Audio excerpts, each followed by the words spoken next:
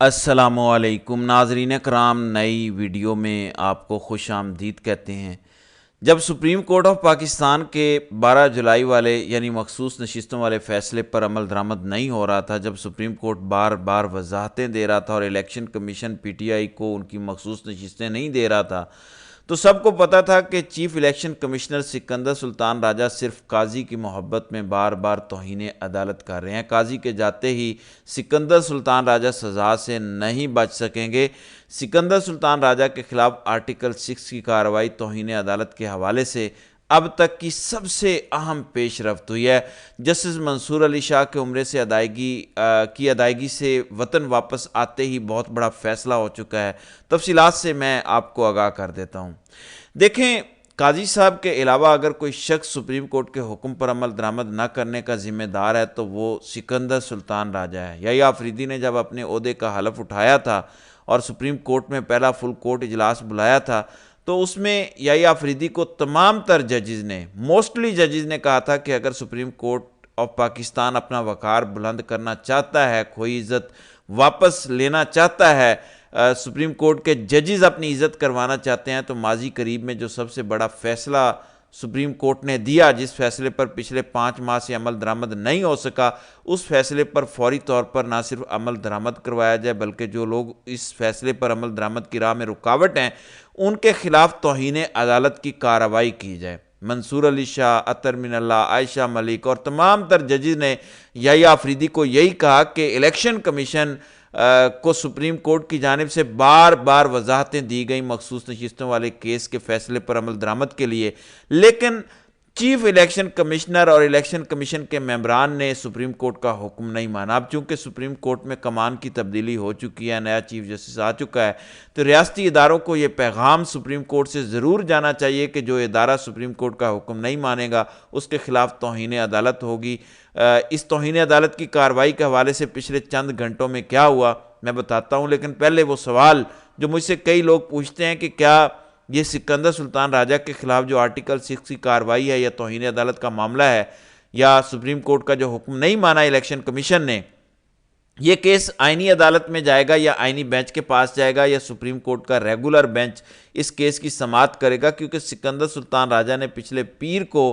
یعنی جس دن یحییٰ آفریدی بطور چیف جسٹس ان کا پہلا دن تھا، سلمان اکرم راجہ نے توہین عدالت کی درخواست سپریم کورٹ میں جمع کرائی، لیکن اب تک اس درخواست کو ٹیک اپ نہیں کیا گیا۔ بہت سے لوگ سوال کرتے ہیں کہ یہ معاملہ آئینی بینچ سنے گا یا ریگولر بینچ۔ میں آپ کو بتا دوں کہ سپریم کورٹ میں کیونکہ منصور علی شاہ عمرے کی ادائیگی کے لیے سعودی عرب موجود تھے،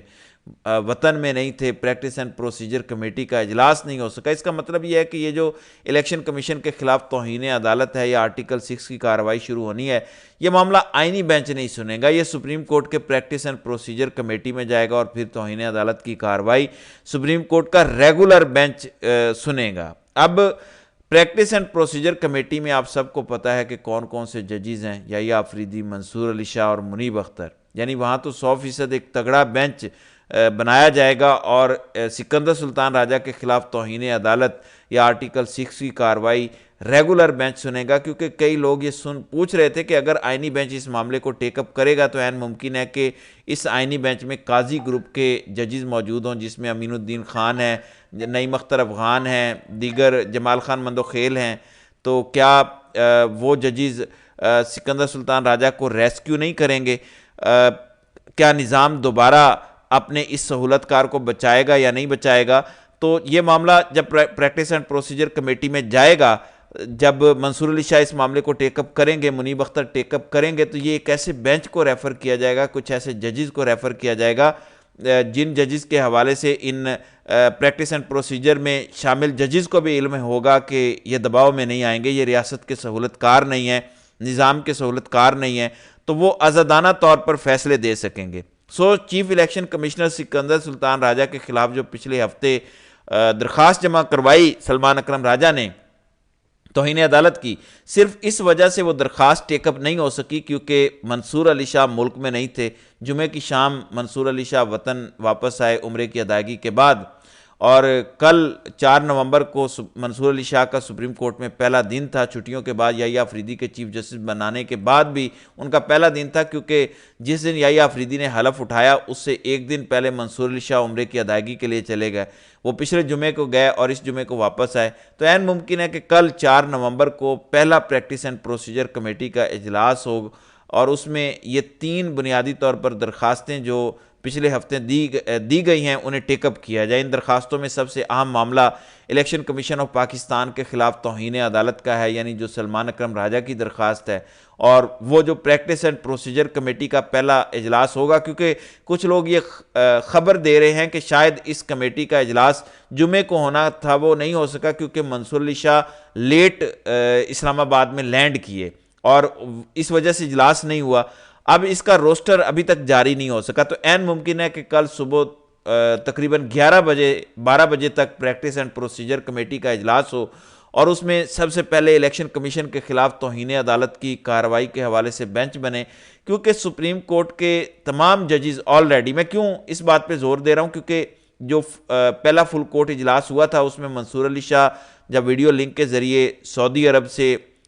فل کورٹ اجلاس کو جوائن کر رہے تھے، تو اس اجلاس میں باقاعدہ منصور علی شاہ اور منیب اختر نے یہ زور دیا تھا کہ فی الوقت سب سے پہلا کام ہمیں یہ کرنا چاہیے کہ سپریم کورٹ کے حکم پر عمل درآمد کروایا جائے، یعنی سپریم کورٹ کے ججز کی عزت بحال کرنے کا اس سے بہتر موقع نہیں ہے، اس سے بہتر کسی ریاستی یا آئینی ادارے کو جواب نہیں دیا جا سکتا کہ آپ ہوتے کون ہیں سپریم کورٹ کا حکم نہ ماننے والے، یعنی آپ نے کیسے پچھلے 5 مہینوں سے سپریم کورٹ کا حکم نہیں مانا اور بار بار سپریم کورٹ نے وضاحتیں بھی جاری کی ہیں۔ تو مجھے یہ لگ رہا ہے کہ سکندر سلطان راجہ کے خلاف توہین عدالت کا فیصلہ اس وجہ سے بھی آئے گا کیونکہ سپریم کورٹ کے ججز نے سکندر سلطان راجہ کو سزا دے کر باقی لوگوں کو بھی ایک پیغام دینا ہے۔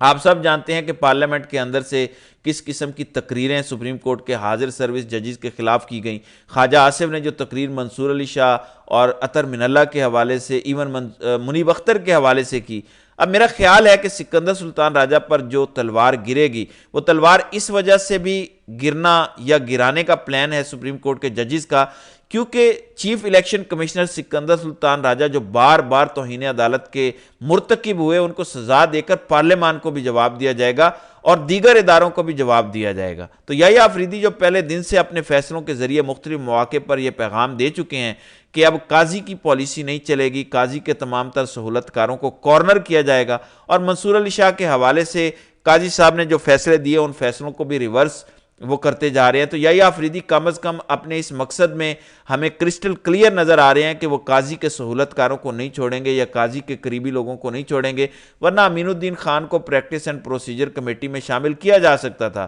یا جو آربیٹریشن والی کمیٹی ہے اس میں شامل کیا جا سکتا تھا امین الدین خان یا نعیم اختر افغان کو۔ اس کے علاوہ جو جسٹس منصور علی شاہ کے ریسرچرز واپس لے لیے گئے تھے، قاضی نے ان ریسرچرز کو بھی سپریم کورٹ کے جو ریسرچ سیل میں یحییٰ آفریدی جب واپس آئے تو انہوں نے وہ بھی واپس کر دیے۔ تو ان فیصلوں سے کم از کم یہ نظر آ رہا ہے کہ سکندر سلطان راجہ کے خلاف توہین عدالت کی کارروائی بھی ہوگی اور اس کا باقاعدہ آغاز ہوگا، ان کے خلاف آرٹیکل 6 کی کارروائی ہوگی اور یہ سزا سے نہیں بچ سکیں گے، کیونکہ اس ٹائم تک ابھی تک ماحول سکندر سلطان راجہ کے خلاف نظر آ رہا ہے، کیونکہ سپریم کورٹ میں ابھی تک پریکٹس اینڈ پروسیجر کمیٹی کا باقاعدہ اجلاس نہیں ہوا منصور علی شاہ کی عدم دستیابی کی وجہ سے۔ جب وہ پہلا اجلاس ہوگا تو بہت سی چیزیں کلیئر ہوں گی، گو کہ سپریم کورٹ میں جو سب سے امپورٹنٹ معاملہ ہے وہ 26ویں آئینی ترمیم کے خلاف درخواستیں جو آئی ہیں ان کا معاملہ ہے، لیکن کیا 26ویں آئینی ترمیم کے خلاف جو درخواستیں آئی ہیں وہ معاملہ بھی پریکٹس اینڈ پروسیجر کمیٹی میں جائے گا یا آئینی بینچ سنے گا؟ اس کے لیے 5 نومبر کو سپریم کورٹ کا پہلا سپریم جوڈیشل کونسل کا اجلاس ہونے جا رہا ہے، یحییٰ آفریدی اس کی سربراہی کر رہے ہیں۔ اس اجلاس میں بڑے فیصلے ہوں گے، اس اجلاس میں جہاں 26ویں آئینی ترمیم کے حوالے سے فیصلے کیے جائیں گے کہ کیا اس کے لیے کوئی آئینی بینچ بنے گا یا اس آئینی بینچ کا سربراہ کون ہوگا اور اس آئینی بینچ کے ممبران کون کون سے ہوں گے، کیونکہ اس ٹائم اگر پریکٹس اینڈ پروسیجر کمیٹی میں الیکشن کمیشن والا معاملہ ٹیک اپ ہو جاتا ہے اور الیکشن کمیشن کے خلاف کوئی توہین عدالت کی کارروائی کا آغاز ہو جاتا ہے اور اس ہفتے کے اندر کوئی بینچ بھی بن جاتا ہے اور سماعتیں بھی شروع ہو جاتی ہیں، تو پھر یہ جو پورا ہفتہ ہے اس ہفتے میں آپ کو سپریم کورٹ سے کم از کم بہت بڑی تہلکہ خیز خبریں سننے کو ملیں گی۔ اگلے چند گھنٹے سکندر سلطان راجہ کے لیے بڑے امپورٹنٹ ہیں، جس طرح وہ بار بار توہین عدالت کرتے رہے۔ آپ کو یاد ہوگا میں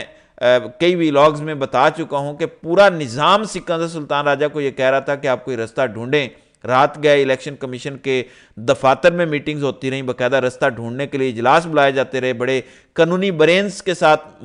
مشاورت ہوتی رہی کہ کسی طرح سے سپریم کورٹ کا حکم نہ مانے, کوئی ایسا رستہ بتایا جائے جس رستے پر چل کر سپریم کورٹ کی حکم عدولی کی جائے. اور جو پہلے 39 MNAs تھے ان کا نوٹیفیکیشن تو الیکشن کمیشن نے جاری کیا, یعنی جزوی طور پر سپریم کورٹ کا حکم مانا, اور جو 41 MNAs